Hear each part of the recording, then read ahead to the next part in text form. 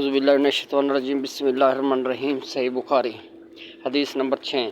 हज़रत इब्ने अब्बास रज़ियल्लाहु अन्हु से रवायत करते हैं, फरमाया कि रसूलुल्लाह सल्लल्लाहु अलैहि वसल्लम सबसे ज़्यादा सखी थे, और ख़ास तौर पर रमज़ान में जब जिब्रील आप सल्लल्लाहु अलैहि वसल्लम से मिलते तो आप सल्लल्लाहु अलैहि वसल्लम सब लोगों से ज़्यादा सखी होते थे, और जिब्रील अलैहिस्सलाम आपसे रमज़ान की हर रात मिलते थे और कुरान का दौर करते थे। नबी करीम सल्लल्लाहु अलैहि वसल्लम भलाई पहुँचाने में ठंडी हवा से भी ज़्यादा सखी थे। आमीन सुम्मा आमीन। अगर हमारी हदीस आपको अच्छी लगती है तो चैनल को लाइक और सब्सक्राइब कर दिया करें। मिलते हैं नेक्स्ट वीडियो में, उस वक्त तक अल्लाह हाफ़िज़।